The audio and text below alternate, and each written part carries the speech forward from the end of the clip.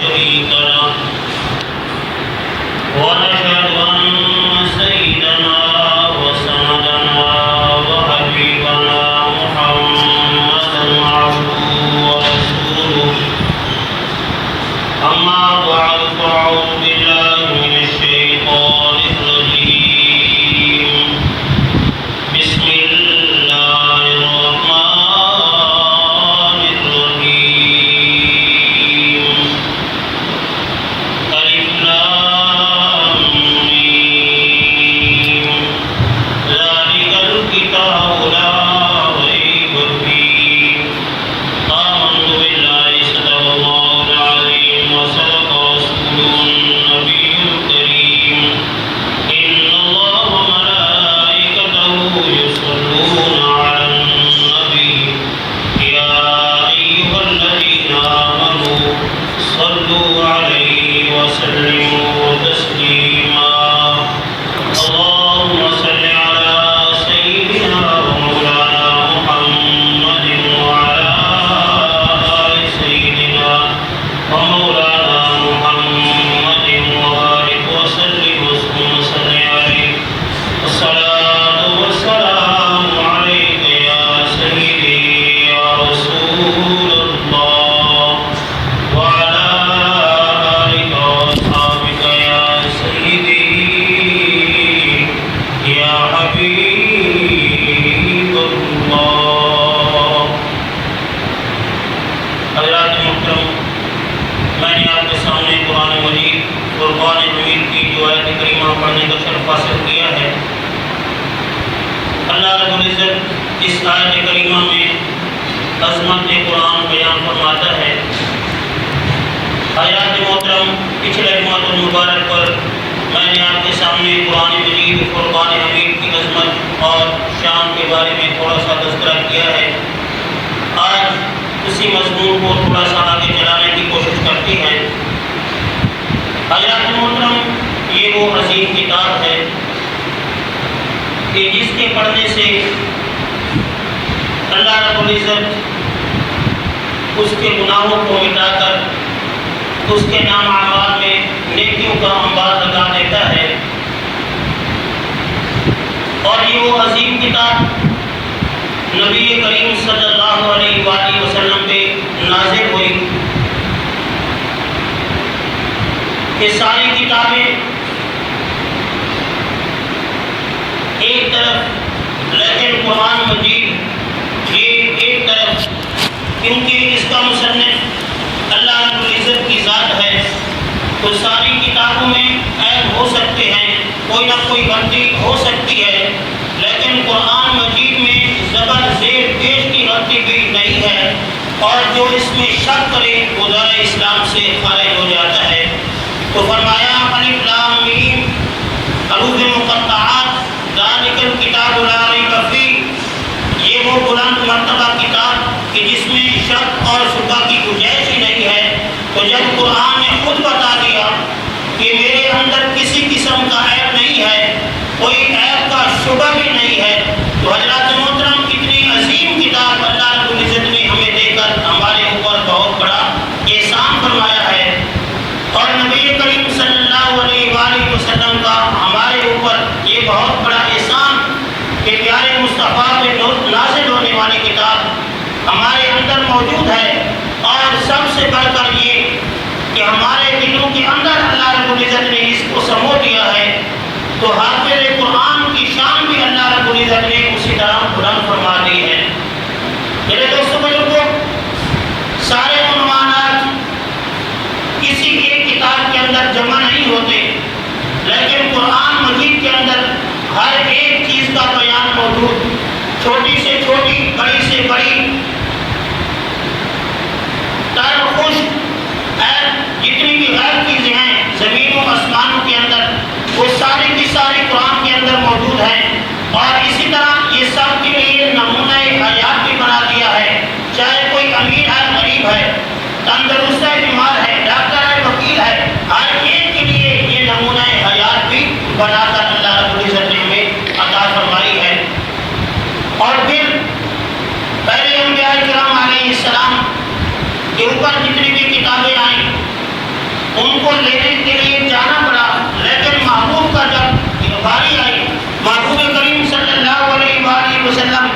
جتنی زندگی مکے میں گزارتے ہیں، قرآن مجید مکے میں آتا رہا، مدینے میں گزاری، مدینے میں آتا رہا، تو یہ بھی نبی کریم صلی اللہ علیہ وآلہ وسلم کا اعزاز ہے اور قرآن مجید کا اعزاز ہے۔ میرے دوستوں بزرگوں، قرآن مجید کی ایک عظمت یہ بھی ہے کہ قرآن مجید کو اگر کسی چمڑے میں باندھ کر دیا جائے، یہ حدیث پاک کے الفاظ ہیں، تو اس چمڑے کو آگ اثر نہیں کر سکتی۔ تو جس چمڑے میں قرآن آ جائے اس چمڑے کو تو آگ نہیں جلا سکتی، تو جس سینے کے اندر قرآن مجید آ جائے وہ سینہ کیسے آگ میں جلے گا؟ حضرات محترم، اسی طرح لیلۃ القدر کے اندر قرآن مجید نازل کیا گیا، قرآن مجید اتارا گیا، تو لیلۃ القدر قدر والی رات بن گئی، عزت والی رات بن گئی۔ تو جس رات کے اندر قرآن آیا وہ رات تو بڑی عظمت والی، تو وہ قرآن جس کے سینے کے اندر آیا، حضرات محترم، وہ قرآن صاحب قرآن اور قرآن کا حافظ کتنا مرتبہ والا ہوگا، کتنی شان والا ہوگا۔ اور پھر جنہوں نے اپنے بچوں کو قرآن پڑھایا، مدرسے کے اندر بھیجا، ان والدین کو بھی اللہ رب العزت نے بڑا مقام عطا فرمایا ہے۔ حضرات محترم، حضرت معاذ جینی رضی اللہ تعالیٰ عنہ اس حدیث کو روایت کرتے ہیں کہ نبی کریم صلی اللہ علیہ وآلہ وسلم نے فرمایا کہ قیامت کے دن ایک ایسی جماعت آئے گی کہ جن کے سروں پہ ایسے نورانی تاج ہوں گے کہ جن کی روشنی ان سورج کی روشنی سے بھی زیادہ ہوگی۔ لوگ دیکھ کر ایک دوسرے سے پوچھیں گے کہ یہ کوئی غوث، کوئی قطب، کوئی اللہ کے ولی نبی آ رہے ہیں، لیکن بتایا جائے گا کہ نہیں، یہ وہ لوگ ہیں کہ جنہوں نے اپنی زندگیوں میں، دنیا میں اپنے بچوں کو قرآن پڑھایا تھا، حافظ قرآن بنایا تھا۔ یہ ان لوگوں کی شان ہے، یہ ان کے والدین ہیں، ان کو ایسے نورانی تاج بنائے گئے ہیں۔ تو حضرات محترم، آپ اندازہ لگا لیں کہ قرآن مجید جس کے اندر آیا اس حافظ کی بھی بڑی قدر اور ان کے والدین کو بھی بڑی قدر۔ اور میرے دوستوں بزرگوں، قرآن مجید کی تلاوت کرنا یہ بہت بڑے ثواب کا کام ہے، اور ہر لفظ پہ 10 نیکیاں لکھی جاتی ہیں، 10 گناہ مٹائے جاتے ہیں۔ حضرات محترم، اور جب محبت کے ساتھ قرآن پڑھا جائے تو قرآن سننے کے لیے اللہ کے فرشتے بھی زمین پر آتے ہیں۔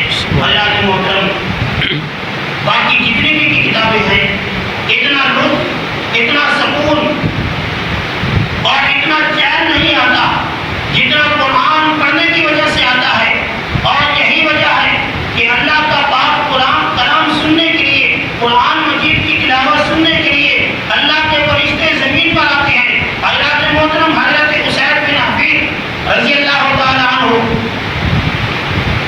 صحابی رسول ہیں، وہ کہتے ہیں کہ ایک رات میں اپنے گھر میں موجود تھا اور میرا گھوڑا بھی ساتھ بندھا تھا، میرا بیٹا بھی سویا ہوا تھا۔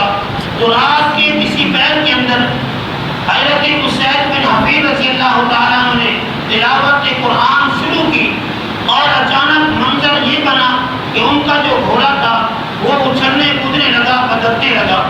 حضرت اسید بن حفیظ رضی اللہ تعالیٰ عنہ تلاوت قرآن بند کرتے ہیں، قرآن شریف کو بند کر کے اس گھوڑے کے پاس جاتے ہیں، گھوڑا آرام کے ساتھ کھڑا ہو جاتا ہے۔ آپ دوبارہ آتے ہیں، پھر تلاوت قرآن شروع کرتے ہیں، تو پھر وہی منظر سامنے آتا ہے، گھوڑا اچھلنے کودنے لگ جاتا ہے۔ آپ کو پریشانی لگ جاتی ہے کہ میرے بیٹے کو روک نہ ڈالے۔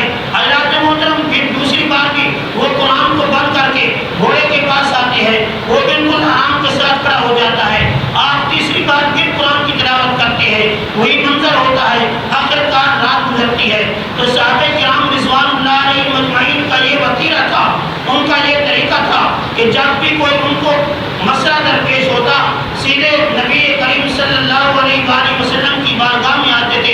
حضرات محترم، نبی کریم صلی اللہ علیہ وآلہ وسلم کی بارگاہ میں حضرت اسید بن حفیظ رضی اللہ تعالیٰ عنہ آ جاتے ہیں اور سارا ماجرا سناتے ہیں کہ یا رسول اللہ، بڑا عجیب منظر میرے ساتھ ہوا۔